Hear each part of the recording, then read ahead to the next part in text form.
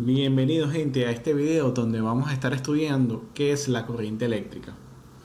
Para nosotros ver o estudiar la corriente eléctrica desde cero deberíamos nosotros empezar a estudiar o saber algunos conceptos iniciales. En principio vamos a ver qué es el átomo y cómo está compuesto, cómo esa composición del átomo incide en la clasificación de los materiales, luego cómo podemos cargar eléctricamente un material para luego definir finalmente qué es la corriente eléctrica. Para comprender qué es realmente la corriente eléctrica hay que hacer un estudio de las partículas más pequeñas que componen la materia. Estas partículas se denominan o se definen como átomos, y los átomos no son más que la porción más pequeña en la que nosotros podemos dividir la materia y aún así ésta conserva sus propiedades. Cuando el átomo de un elemento químico se subdivide aún más, deja de existir como tal y las partículas que quedan son comunes a todos los elementos. Estas partículas subatómicas se denominan protón, neutrón y electrón. El protón es uno de los dos tipos de partículas subatómicas que forman el núcleo, y su característica más importante para el estudio de la electricidad es que tiene una carga positiva. El neutrón es una partícula subatómica que se aloja en el núcleo del átomo y carece de carga eléctrica, y el electrón es una partícula subatómica con carga eléctrica negativa que se mueve a gran velocidad alrededor u orbitando el núcleo. Vale la pena recalcar que estos electrones se disponen o se distribuyen en capas. A medida que tenemos diferentes elementos, pues estos van a ir ocupando diferentes capas. La diferencia de capa determina también la diferencia de energía. La última capa se denomina capa de valencia y es la que posee más energía. Y los electrones que orbitan esa última capa se denominan electrones de valencia. Y son muy importantes para el estudio de la electricidad, ya que le dan las características eléctricas a los materiales. Según lo comentado anteriormente, podemos decir que la diferencia entre los elementos viene dada por la cantidad de protones que se encuentran en el núcleo de los átomos.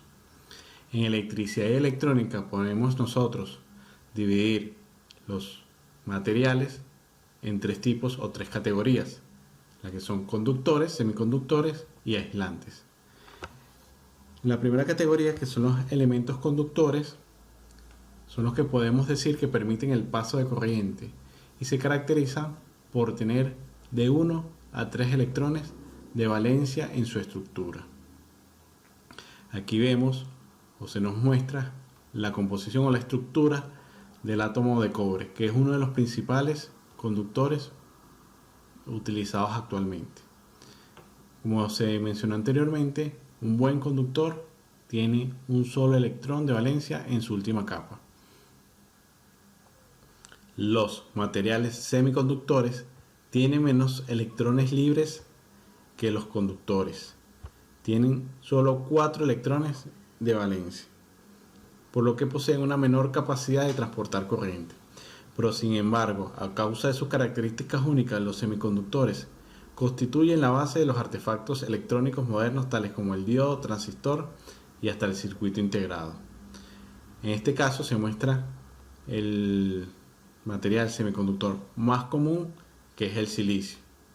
Los materiales aislantes son conductores deficientes de la corriente eléctrica. De hecho, se utilizan para evitar la corriente donde ésta no es deseada. Los materiales conductores tienen muy pocos electrones libres y se caracterizan por poseer más de 4 electrones de valencia en sus estructuras atómicas. En general se dice que un buen aislante posee al menos 7 electrones en su última capa. En este caso vemos un átomo de argón que tiene su estructura de valencia o su capa de valencia completa con 8 electrones. La ley de carga eléctrica nos indica que la carga eléctrica negativa de un electrón es igual a la opuesta carga positiva de un protón, y dichas cargas se llaman cargas electrostáticas. Estas se generan alrededor de una partícula cargada denominado o se denomina campo eléctrico, y no es más que la zona del espacio que rodea la partícula hasta donde la carga puede ejercer efectos sobre otras partículas cargadas. Debido a esa interacción entre partículas cargadas eléctricamente se generan fuerzas de atracción y repulsión entre ellas, que en el estudio de la electricidad estática se acostumbra a representar mediante llamadas líneas de fuerza. Según la ley de las cargas eléctricas, partículas con carga del mismo tipo se repelen o rechazan y las que tienen cargas diferentes se atraen. En este caso, un protón y un electrón con carga diferente van a tender a atraerse entre sí, mientras que dos electrones van a tender a repelerse entre ellos. Igual pasaría con dos protones que van a tender a tener un efecto de repulsión entre ellos. Normalmente, un átomo tiene el mismo número de electrones que de protones, de manera tal que las cargas en igual cantidad y polaridad opuestas se equilibren entre sí. Esto hace el átomo eléctricamente neutro. Pero ¿qué pasa si se actúa con un tipo de energía desde el exterior? Y se logra, digamos que, arrancar de alguna carga del átomo. Entonces, quedará con carga eléctrica positiva si se sacó algún electrón y quedó con más protones que electrones. O quedará con carga eléctrica negativa si se sacó algún protón. Según lo que hemos descrito anteriormente, un átomo queda cargado cuando se logra actuar sobre él para extraerle alguna partícula y romper su equilibrio eléctrico. Los electrones permanecen girando en sus órbitas a gran velocidad. Esto debido a que hay dos fuerzas que se contrarrestan.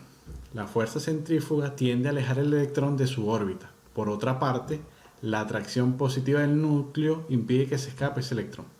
Sin embargo, si se aplica suficiente fuerza externa para ayudar a la fuerza centrífuga, puede liberarse el electrón. Este es el principio básico que se describe o que se esconde detrás de toda forma de generación de energía eléctrica. Entonces, podemos decir que cuando se trata de cargar eléctricamente un material para generar luego una corriente eléctrica, se debe aportar energía externa a los átomos para tratar de extraer electrones de sus últimas capas u órbitas. El método más sencillo fue el descubierto por los griegos, que consiste en frotar una varilla de vidrio con un trozo de seda.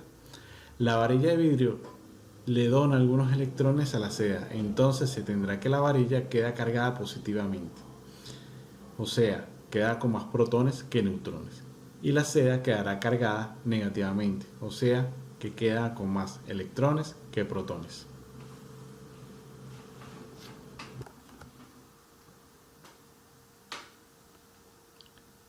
Bueno, hasta ahora se viene explicando cómo generar cargas eléctricas en reposo, o lo que sería, digamos que electricidad estática. Pero en general la carga eléctrica estática no produce efectos útiles para fines prácticos como producción de calor, luz o potencia mecánica. Para ello es necesario que la carga eléctrica se ponga en movimiento. Esto sucede cuando la corriente eléctrica o cuando se tiene una corriente eléctrica. La corriente eléctrica se produce cuando en un conductor hay muchos electrones liberados por una fuente de energía externa y que se mueven en una misma dirección. Para producir una corriente eléctrica, los electrones liberados de los átomos del conductor, en este caso de cobre, deben moverse en la misma dirección y no al azar. Esto se puede hacer aplicando cargas eléctricas en cada extremo del alambre de cobre. Una carga negativa en un extremo y una carga positiva en el otro. Dado que los electrones son negativos, la carga negativa los repele y los atrae la carga positiva, haciendo que se produzca una corriente eléctrica en esa dirección. Va de negativo a positivo. Cada vez que un electrón sale de la última órbita del átomo y entra en la órbita del átomo vecino, a este le sobra un electrón, entonces lo repele hacia otro átomo porque tiene un exceso de electrones, que lo hace rechazarlos mientras el primer átomo busca completar un electrón que perdió atrayendo uno de la carga negativa aplicada en el extremo del conductor. Cuando los extremos del conductor se cierran sobre la fuente de carga eléctrica se forma un circuito cerrado y por él circula corriente eléctrica. Ahora queda claro que existen dos condiciones para que fluya la corriente eléctrica. La primera es que existan cargas eléctricas para mover a los electrones de los átomos al conductor en forma de circuito y que exista un circuito cerrado de material conductor. Bueno gente, hasta aquí el video de hoy. Espero les haya gustado y que les sea de utilidad. Si te gustó, dale like y suscríbete a mi canal. Seguiré subiendo más material como este. Hasta la próxima.